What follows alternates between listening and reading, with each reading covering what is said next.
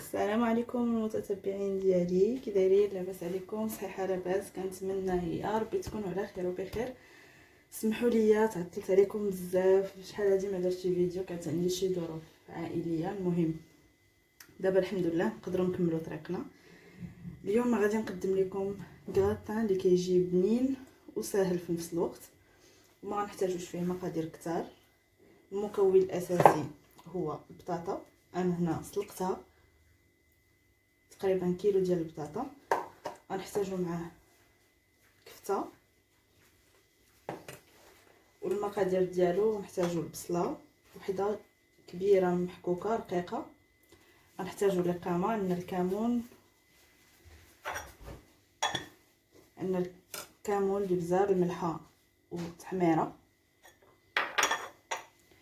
غادي نحتاجو معاهم 2 وريقات ديال سيدنا موسى، 2 وريقات. غنحتاجو الكوزه، غنحتاجو البشاميل ديالنا، معلقه ديال الزبده، رويس ديال الثومه صغير، 3 ديال المعالق ديال الدقيق، وغنحتاجو فرomاج محكوك. دابا غادي نبداو على بركه الله. اول حاجه غادي نمعسو البطاطا ديالنا، ولا قبل نديرو الكفته ديالنا طيب هي الاولى. غادي نديرو البصله،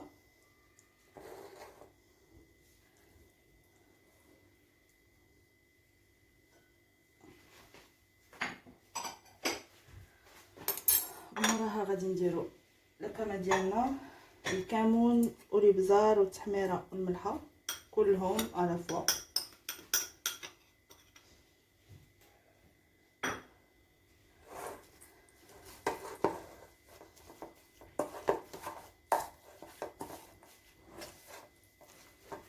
المهم انا غادي نطيب الكفته ديالي ونتلاقاو من بعد ما درت الكفته ديالي طيب. هنا غادي ندوزو نمس البطاطا مزيان بحال هكذا كلها. هي هاد الوصفه كتجي بنينه بزاف، خاص الوليدات كتعجبهم بزاف حيت فيها المكون اللي كيعجبهم هي البطاطا. كنتمنى انكم تجربوها، ما غاديش تندموا. كنمسها بحال هكذا حتى كتولي ليا هكا. غنزيد عليها واحد الرشيشه ديال الكوزه،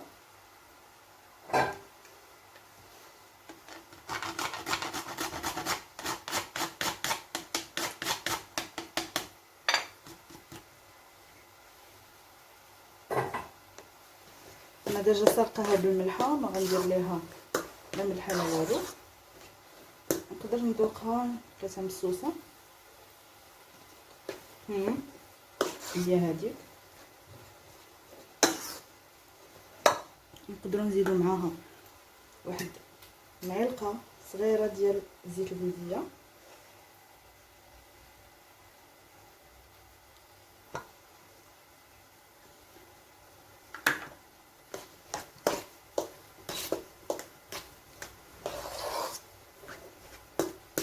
خلطوها بحال هكا تولي فيها واحد الريحه زوينه ديال الكوزه وزيت البلديه. من بعد ما مسلت البطاطا ديالي مزيان، دابا غادي نشوف الكفته ديالي واش طابت، ونتلاقاو من بعد باش نوريكم كيفاش نصايبوا كلشي في المول ديالو. قبل ما توجد لينا الكفته ديالنا غادي ندوزو البشاميل اللي وجدوها هي الاولى. غادي نحتاجو فيها سطر الحليب كامل،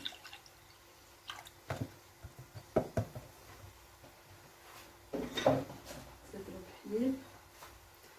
غادي نحتاجو معاه قلنا رشيشه ديال الكوزه،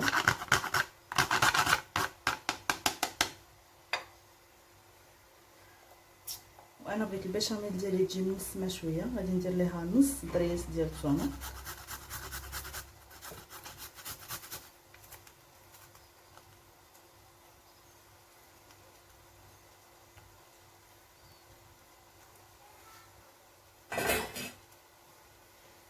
وغادي نديرو معاها معلقه كبيره ديال الزبده.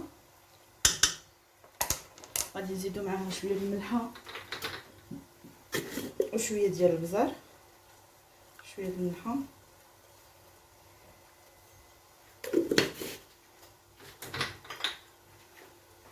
ورشيشه ديال البزار،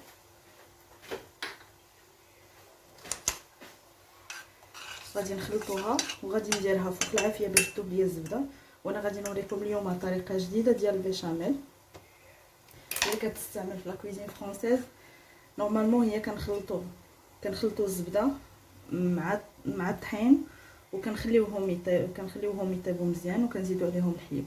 دابا غنديروا طريقه جديده، هي دابا درنا الحليب والزبده والملحه والابزار والكوزه، غادي نديروهم فوق البوطه يسخنوا مزيان، وغادي ناخذ الطحين ديالي اللي هما 3 ديال المعالق في نص لتر ديال الحليب، ما كنديروش اكثر منهم حيت كتجينا ثقيله بزاف. 3 د المعالق في نص لتر د الحليب. غادي نحط الحليب ديالي فوق البوطه وغنوريكم كيفاش غنصايب الطحين بطريقه جديده.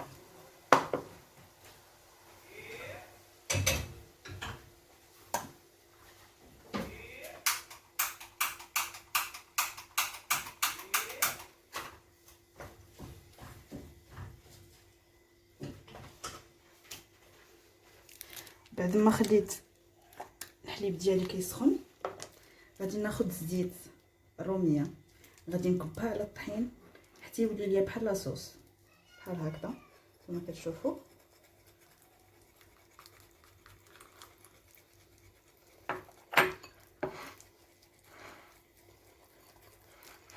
هاد الطريقه هذه كتخدم في لا كويزين فرونسيز القديمه بزاف. هذه الطريقه اللي كانوا كيحضروا بها لاصوص بيشاميل.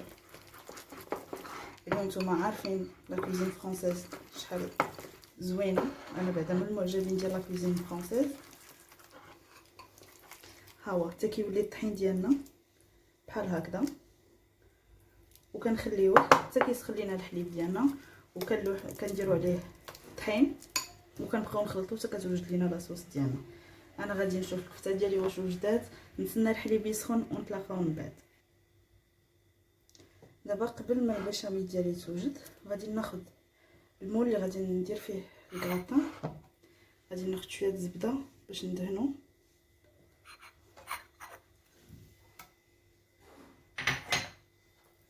ندهنو بحال هكذا.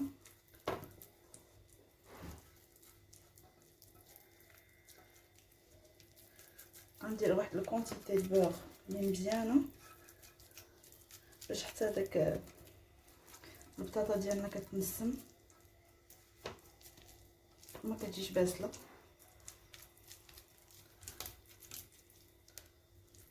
بحال هكذا.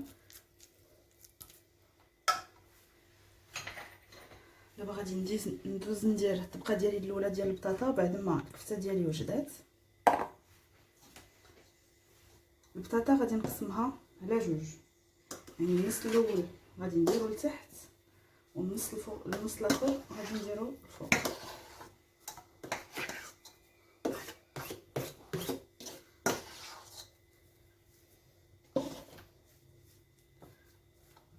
غادي نقادوها كلها بالمول بحال هكذا. غادي ناخذ معلقه من الاحسن نجيه،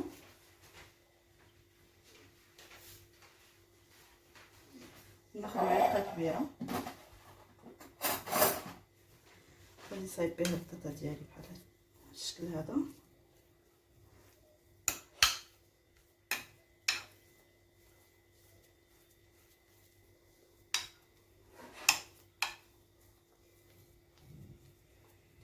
نبقاو رادين بالنا مع الحليب باش ما يفايدش، حيت حنا ما بغيناهش يفايد، بغيناه غير يسخن باش نزيدو عليه الطحين.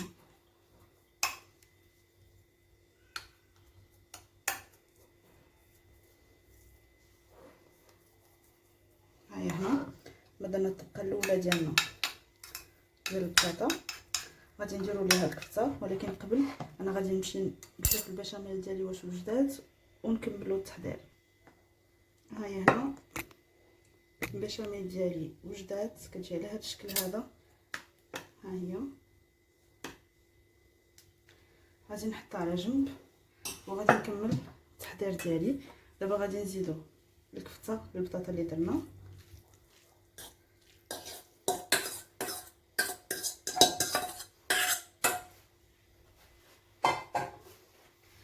غادي نقادوها حتى هي على فوق البطاطا مزيان.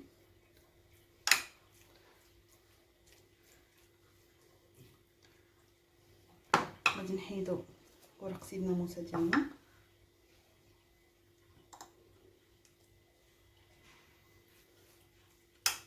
غادي نقاد الكاطان ديالي هكا الكفته كلها نديرها فوق البطاطا كامله. من بعد ما صايب الكفته ديالي غادي ندير واحد لاكوش ديال الفرomاج. انا بعدا من العشاق ديال هاد الاكله حيت انا اي حاجه فيها الفرomاج فيها البيشاميل كنحماق عليها.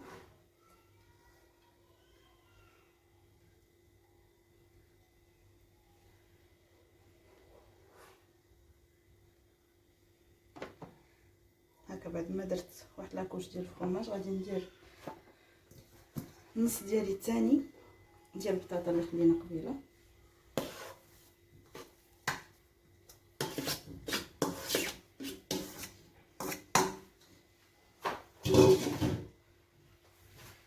غادي نصايبوها كلها على الوجه ديال فوق من الكفته والفرomاج. غادي نحاولوا نقادوها واخا الفرomاج كيبقى يلصق لينا ماشي مشكل، ونمشيو معاه بشويه.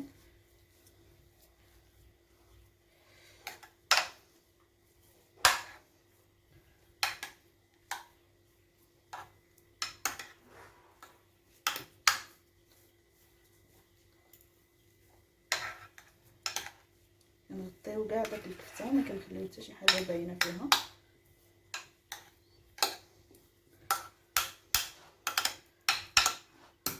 بهذا الشكل هذا. دابا غادي ندير واحد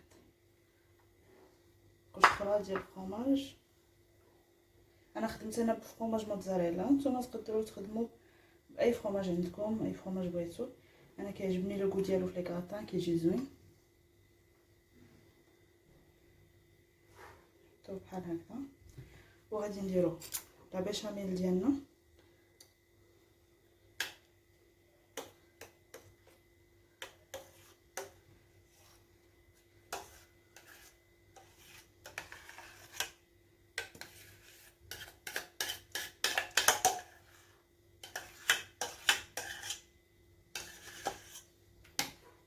غنسمك البيشاميل ديالي الثومه كيجي فيهم هذاك ديال الثومه زوين بزاف. وانتم تقدروا تنسموا لا بيشاميل ديالكم باش ما بغيتو، عندكم كامل الاختيار. انا كتعجبني الثومه. غادي ندوزوها على الوجه ديال الكراتان كله بهذا الشكل هذا.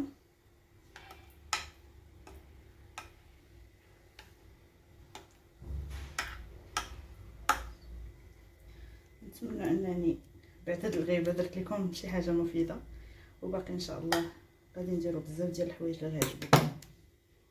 بعد ما كملنا الكراتان ديالنا غادي نزيدو الفرomاج من الفوق.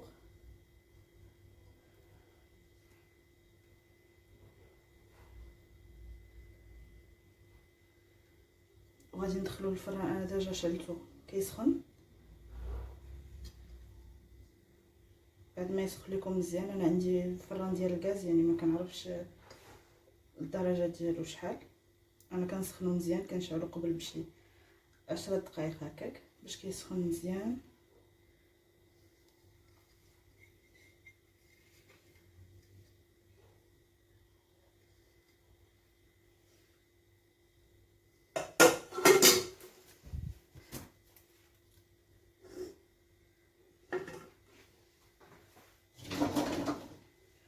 ها هو هنا بعد ما كملنا الكراتان ديالنا غادي نجيبو واحد الحاجه اللي كتجي زوينه بزاف عليه، هي الزعتر. غادي نجيبو شويه ديال الزعتر نديروه من الفوق وندخلوه للفوق. غناخدو تقريبا غير بحال هكذا ديال الزعتر بلا ما نسخنوه بلا والو، واخا يبقى لينا تروفاغلاط ماشي مشكل. غادي نحكو بين يدي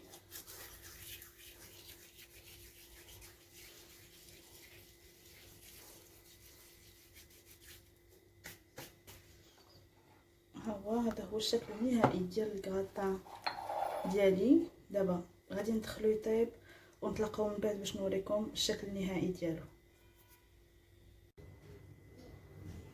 بعد ما الكراتان ديالنا وجد كيجي على هذا الشكل هذا، سمحوا لي سخون، كيجي على هذا الشكل هذا بحال هكذا، كيجي زوين بزاف وبنين. انا غادي نقطع لكم باش تشوفوا كي كيجي من داخل.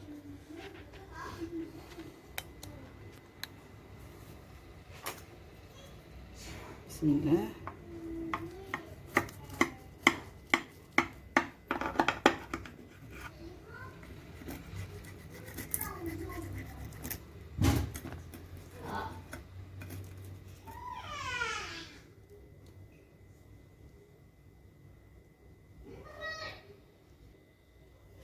غادي نقطعوه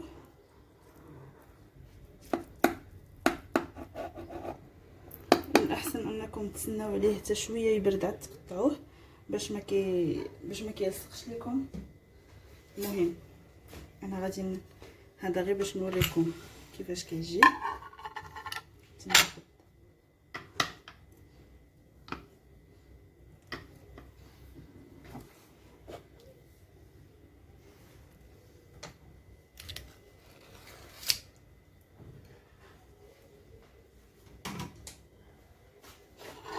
كيجي ها هو على هذا الشكل هذا. كنتمنى انه يرق اعجابكم وتجربوه حيت كيجي زوين بزاف. غادي نوري لكم الفورشيط ونوريكم كتهزوه هانتوما. كيجي على هذا الشكل هذا زوين بزاف وبنين، والوليدات حتى هما كيعجبهم. كتجي طبقه ديال الكفته وطبقه ديال البطاطا من التحت ومن الفوق، وكيجي بنين بزاف. انا غادي ندوق ونرد عليكم الخبر. روعه. المهم بالصحه والراحه، ونتلاقاو مره اخرى مع وصفه جديده. ونتمنى انكم تدعموني بالاشتراك ديالكم وبلي بارطاج ديالكم وما تنساونيش. وان شاء الله كل مره غادي نقدم لكم الجديد وكل حاجه احسن من الاخرى، وما غاديش تندموا الا جربتوا الوصفات ديالي. شكرا بزاف، ونتلاقاو مره اخرى مع وصفه جديده. باي باي.